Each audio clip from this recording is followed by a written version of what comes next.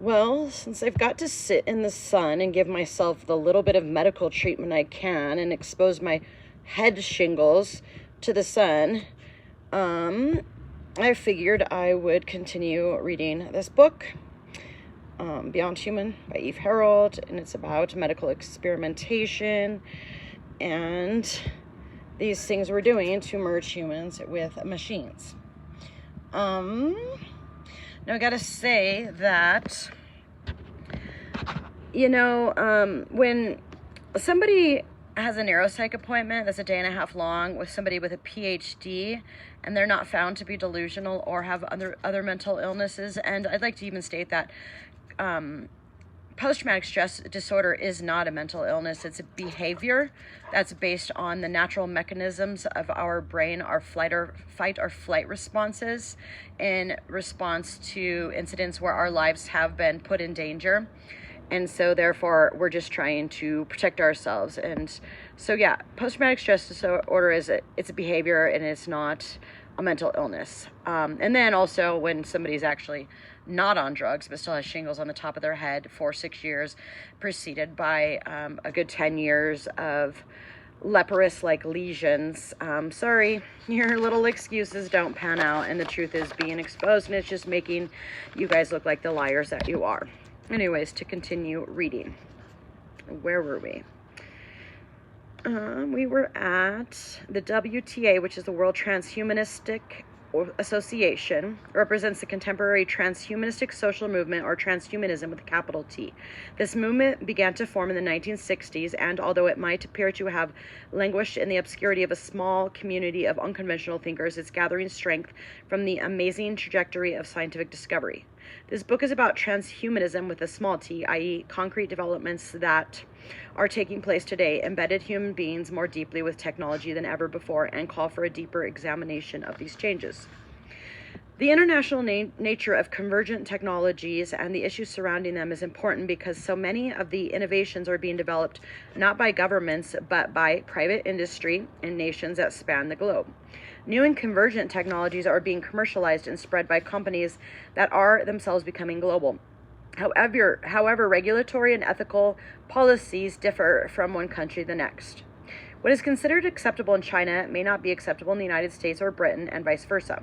So far, there is no all-encompassing system of regulation that recognizes a shared system of values or that ensures that people throughout the world will have equal access to the best technology. Francis Fukuyama has referred to transhumanism as the world's most dangerous idea. In a famous 2004 essay, he asserts that society is unlikely to fall suddenly under the spell of the transhumanistic worldview, but it is very possible that we will nibble at biotechnology's tempting offerings without realizing that they come at a frightful moral cost. The first victim of transhumanism might be equality. Like our fictional character Victor, we are likely to gradually accept more and more technology at junctions in our lives when we are particularly vulnerable to making choices that would avert some crisis. But Fukuyama writes as though it is a foregone conclusion that unenhanced, unhealthy persons in the future will be unequal at their very essence. If some portion of society grows stronger, smarter, healthier, and longer lived, he assumes the concept that all human beings are equal will be swept away, along with the rights of the unenhanced. However, it is not at all clear that society will not delineate an even deeper quality that transcends health and ability, that forms a newly recognized nucleus that confers human dignity, or conversely, that the same core attributes yet to be fully defined that make us human are unchangeable no matter how many technological enhancements we accept. Central to this debate is the question of what composes human identity. Does our identity change when parts of our bodies become artificial? What about if we augment our brains with expanded memory or computational powers and learn to communicate wordlessly to other people through direct brain-to-brain machine interfaces? While philosophers have argued throughout the ages on how to define human identity, CTs add an extra sense of urgency to the issue. Is human identity a fixed value that cannot change, or is it an evolving phenomenon for each of us as individuals as well as for the whole human race? Ideally, we would have settled this question before we tread further into the territory of enhancing our bodies and brains. However, as has always been the case, technology leapfrogs over philosophical questions at an ever-increasing speed. And it's entirely likely that it is technological enhancement that will over time reveal to us who we are at our center, rather than being some quality that is predetermined by us in advance. Ironically, we may be able to define ourselves only after we have artificially enhanced our bodies and brains to a higher level of functioning. Proceeding alongside the development of technologies to enhance human abilities are amazing breakthroughs in the development of robots and artificial brains. It's likely that our destiny will be shared with increasingly intelligent and capable machines that may even surpass our own intelligence. We are destined to interact extensively with these robots, as even today they are becoming more and more human-like in their ability to do everything from rendering basic healthcare for the sick and elderly to learning how to identify and respond appropriately to human emotions. Caregiving robots for the elderly are just around the corner, and these robots are being designed to learn from their interactions with their owners so that they will develop unique and intricate relationships with them. Not only will we depend on robots for myriad functions, some of them emotional, advanced robots will take over more and more human jobs. While, as noted above, technological advancements are taking place at a faster pace than the moral, legal, and regulatory control of them, this very fact is placing immense pressures on scientists, philosophers, and legal and medical personnel who are working at the leading edge of CTs to delineate their ethical uses. Massive efforts to analyze and direct such technologies are being made by the U.S. government, the European Union, and many other countries. In addition, the as yet immature field of bioethics, which barely existed a generation ago, is gaining a sure foothold as part of medicine and in the development of new technologies. And it now has a place at the table when governments convene to consider public policies. In fact, bioethics is a rapidly growing field that cannot be dominated by machines. The real task before us is to move these debates into the mainstream so that more people from all segments of society are participating in the conversation. All of these factors represent steps in the right direction, but it is still probable that even the smallest people on the planet can't predict some of the side effects and consequences that could result once powerful, life-changing technologies are unleashed.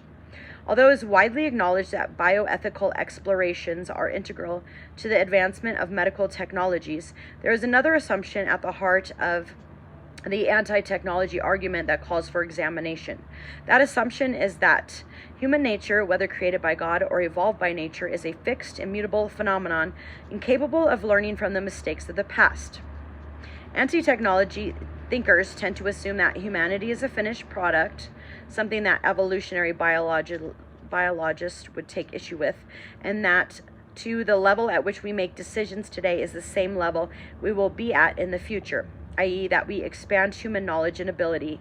We will not reach new plateaus of understanding that will enable a more advanced process of decision making.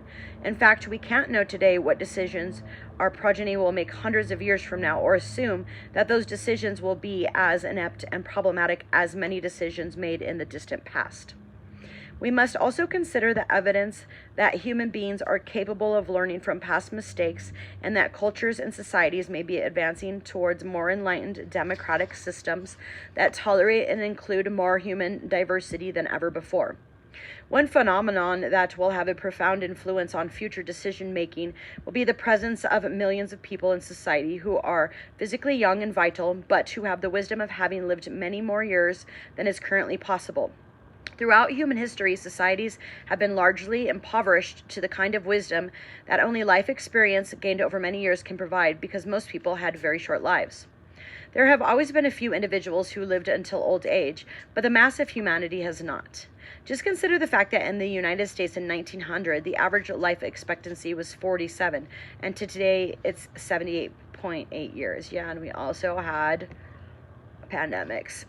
Anyways, in addition to being few and far between, the very old people in the past were at the mercy of manifold disabilities due to age-related diseases like heart failure or Alzheimer's disease. One very important open question about radical life extension is whether we will be able to cure or prevent the common age-related conditions that even today reduce the quality of life and introduce devastating disabilities in those over age 60.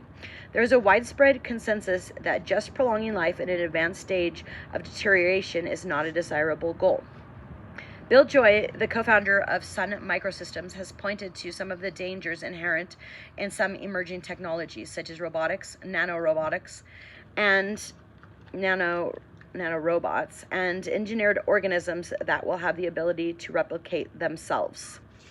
Once self-replicating machines are set in motion, will they replicate to the point where they overwhelm the human population by utilizing all of the natural resources? Self-replication of machines will have to be controlled just as human reproduction will have to be, or we will soon overwhelm the planet's ability to support huge numbers of long-lived human beings. Another danger Joy presents is that with the ambiguous nature of knowledge on the internet, the information to make potentially immensely powerful technologies will be available to everyone, including malevolent individuals who would like nothing more than to wreak havoc. I want to interject my own statement here. Seems like those that were ready for the 5G rollout are criminals and little minions that often are on drugs or whatever, that are in desperate situations that can be easily bribed by malevolent individuals. Continuing reading. Joy estimates that self-replicating robots will be possible by 2030. Imagine that a robot programmed for malevolent purposes creates a large number of copies, all networked together and focused on the goal of eradicating humanity. In this case, after having subdued dangerous animal predators, humans will be faced with a struggle with machine predators that may be extremely powerful. Joy is especially concerned about self-replicating nanorobots. The molecule-sized machines that could vastly improve human health and fight aging, escaping into the environment and sucking up all the Earth's resources in the process of replicating out of control. Scientists in bioethics refer to this as the gray goo problem. Some of us know what black goo and gray goo is about, don't we? A scenario in which the world's resources are subsumed into the mass of self-replicating nanobots. Considering that nanotechnology is rapidly advancing, this is an urgent matter to consider.